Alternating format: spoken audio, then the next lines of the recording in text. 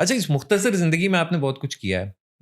अब मैं फिर कहूँगा आप तो नहीं मानती लेकिन हाँ, आपने ये है कि अगर अचीवमेंट्स की बात करूँ तो सबसे पहले मैं डायरेक्टली इसी पर आते हैं कि जब आप 2020 से आई यहाँ पे 2020 में पाकिस्तान आप आई, तो आपने देखा था कि पाकिस्तान के अंदर अ, हालात ऐसे नहीं थे कि यहाँ पर एक चीज़ अब पीटीएस गवर्नमेंट थी उस टाइम और एक ऐसा टाइम था जब लोगों ने शिफ्ट देखा पूरी दुनिया के अंदर आफ्टर कोविड-19।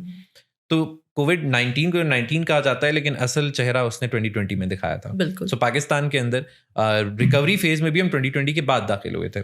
तो आपने इस सब सिनेरियो को देखते हुए जब इकोनॉमिक शिफ्ट भी आ रहा था, तो किस तरह आपने डिसाइड किया कि हम पाकिस्तान आके अपना एक फर्म स्टार्ट करेंगी? जब मैं पाकिस्तान आई थी तो उस वक्त कोविड अभी स्टार्ट नहीं हुआ था। मतलब I came in to Pakistan in December, end of December 2019।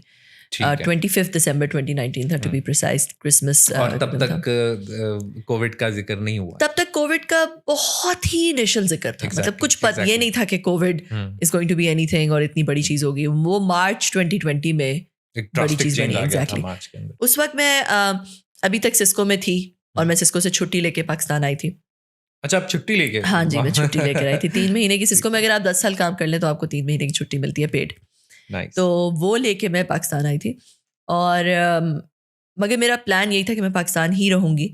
और तब तक मैंने ऑलरेडी स्टार्टअप पे काम करना शुरू कर दिया था और सोच लिया था कि क्या करना है और किस तरह से ठीक करना है। है। तो मगर मैंने सोचा था कि अभी साथ सिस्को भी करती हूँ और ये वो।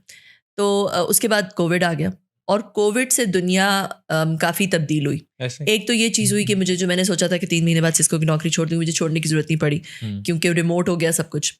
तो I could do that for some more time, work in Australia while remaining in Pakistan because सब कुछ रिमोट था, एवरीबडी वाज होम। बिल्कुल।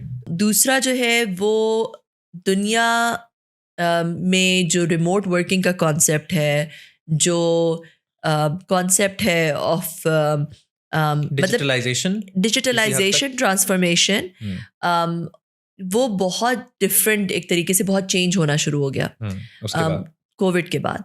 और इकोनॉमी में भी काफ़ी सारे शिफ्ट्स आना शुरू हो गए। हमने देखा कि सप्लाई चेन्स काफ़ी हर्ट हुई। जो चीज़ें जो है वो ट्रेडिशनल बिजनेसेस थे जहाँ पे फिजिकल प्रेजेंस की बहुत ज़्यादा, जैसे एयरलाइंस के बिजनेस या रेस्टोरेंट्स के बिजनेस या हॉस्पिटैलिटी के बिजनेसेस, उनको बहुत मसले हुए, बहुत डाउन हुए। मगर जो बिजनेसेस थे टेक्नोलॉजी वाले बिजनेस जैसे जूम या वेबएक्स, या वो बहुत उनको बूस्ट मिला क्योंकि वो they enabled working from home, they enabled a lot of those things that weren't possible. तो बहुत सारी इंडस्ट्रीज़ को बूस्ट मिला और बहुत सारी industry, there was a huge push towards digitalisation. और उसमें फिर मैंने कुछ अपने भी इस तरह की कंसल्टेंसी स्टार्ट की और बिजनेस स्टार्ट किए on how to help businesses navigate towards digitalisation, क्योंकि मेरी तो सारी जिंदगी टेक्नोलॉजी में गुजरी ना। और B2B पे आप काम कर रही थी कि उन फर्म्स को हेल्प करें? जी, especially B2C or B2B भी। I formed another organization called Alplar Consulting, जिसमें फिर उसके through then I worked with some large organizations to help them establish a digital strategy to help them thinking establish. of a return जो आपको मिलेगा या फिर just आपने एक philanthropic approach? No, it wasn't a philanthropic approach. I'm a very, very expensive consultant. So no, Alplar Consulting was a proper mind analysis. So kind of help businesses to form global, क्योंकि मेरा global role था Cisco में, to form global partnerships and global relations and go about on their journey of digital transformation. So you brought that experience here. And then I also became part of the founding team of another startup जो Silicon Valley में startup था, where we raised $33.5 million in our Series A funding. तो वो भी फिर किया। उसके फिर I work with that company remotely, क्योंकि सब कुछ वैसे भी रिमोट ही था। तो पाकिस्तान में रह के जब बाद में खुला तो फिर मैं बोर्ड मीटिंग और उसके लिए फिर मैं US जाती थी। अच्छा, somehow it went well for you. It went really well, मतलब in the sense के I was in Pakistan, but that COVID kind of enabled a lot of the things that I wouldn't have been able to do before COVID. Exactly. To make sure that क्योंकि मुझे my impact meter में मुझे ऐसा लगता था कि बहुत जल्दी मुझे इन्वेस्टमेंट नहीं लानी चाहिए कि मैं इसको बूटस्ट्रैप करूं और अर्न करूं इसको फंड करने के लिए, बिकॉज उसमें मेरे लिए आइडियोलॉजी बहुत इंपॉर्टेंट थी. For me that was not a money making thing at all.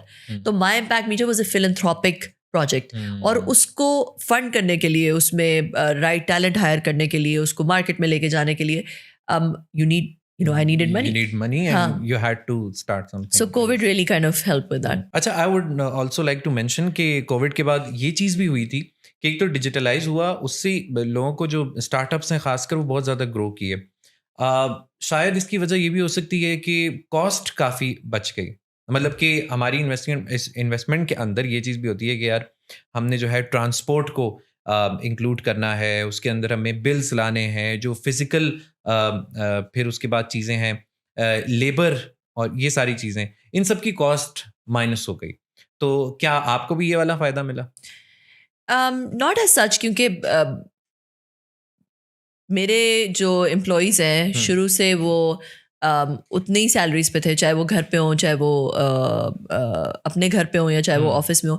ये ज़रूर हुआ कि कोविड के बाद एक ऑफिस का खर्चा आ गया, but I think that's important as well, because specially when there is a startup and you starting a company, specially when you working on a product, तो that collaboration, that instant collaboration that you have with people, right, being there, तो वो मेरे लिए, मुझे ऐसा लगता है कि वो इम्पोर्टेंट है. तो उसका रिमोट के नुकसानात भी हैं और फ़ायदे भी हैं. कुछ कॉस्ट से शायद थोड़ा सा फ़ायदा हो, मगर वो फिर प्रोडक्टिविटी में थोड़ा सा उसका लॉस हो जाता है.